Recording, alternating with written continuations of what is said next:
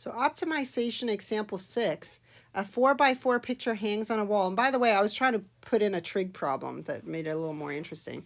Hangs on a wall such that the bottom edge of a 2 foot is 2 foot above your eye level.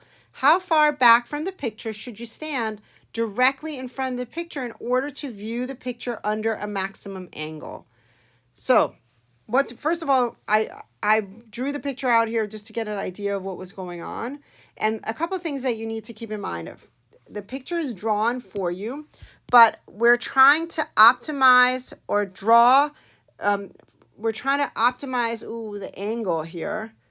So we want to optimize maximum angle, let's call it theta, right? And we're going to draw, if not already there, and indicate angles. So I drew all of the angles in here, and there's 3 parts to this. Essentially, I want to know what theta is doing. But I also have, and the reason why I'm picking beta to be the entire thing is because I get right triangles, and we know how to deal with right triangles. We can just use trig for that.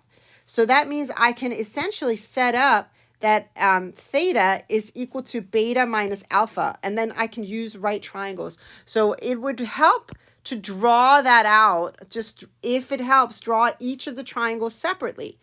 So essentially, that creates the triangle where the green lines are.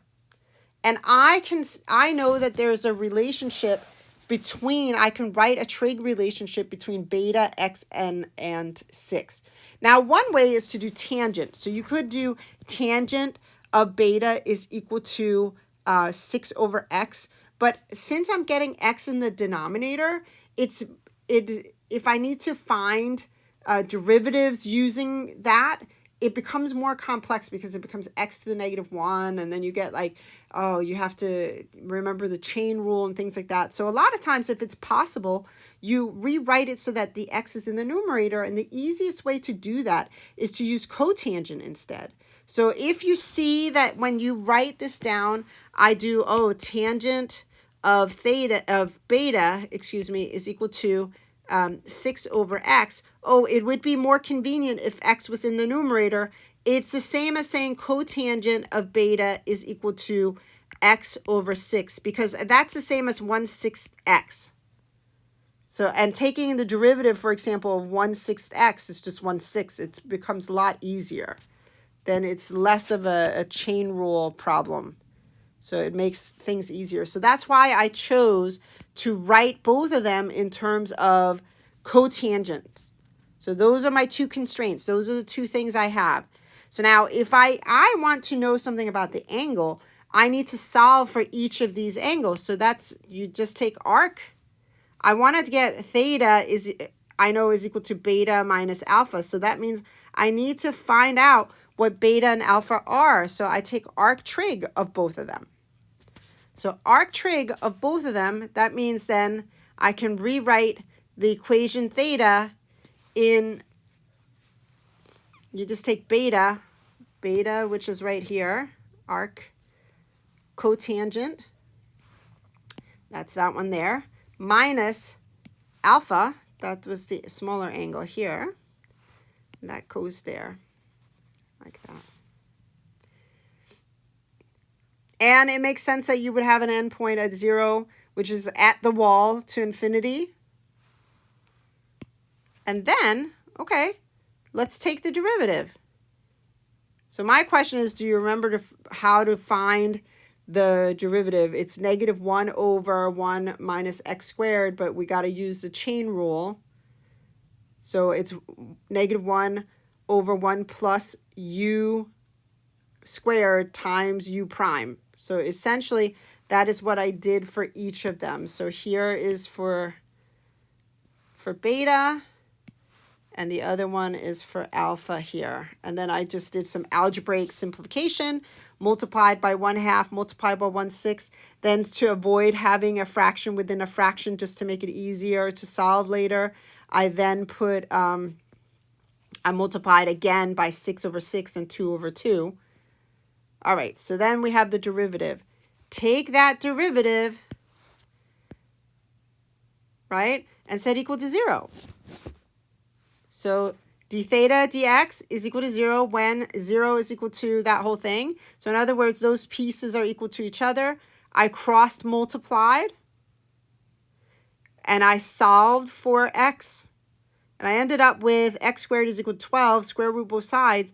But in this case, it wouldn't make sense to have a negative because you can't go in behind the wall. So in this case, you just use the 2 root 3. Okay, and I have something interesting here. I wonder what that's, here.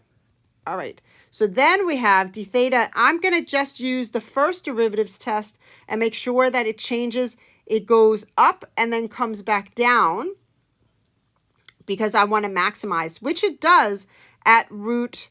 So I'm checking at a value to the left of 2 root 3 and to the right of 2 root 3. So I picked 1 and I picked 4. I know for sure, and that it gives me, oh, I definitely have a relative max at 2.3, which is what I wanted to find.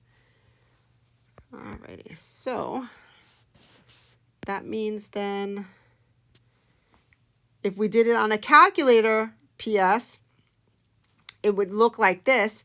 We would end up with 3.464, and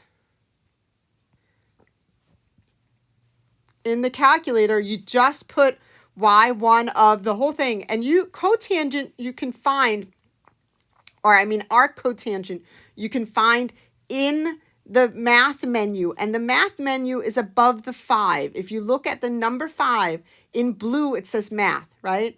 So blue, second 5 is what you hit, and then you go down to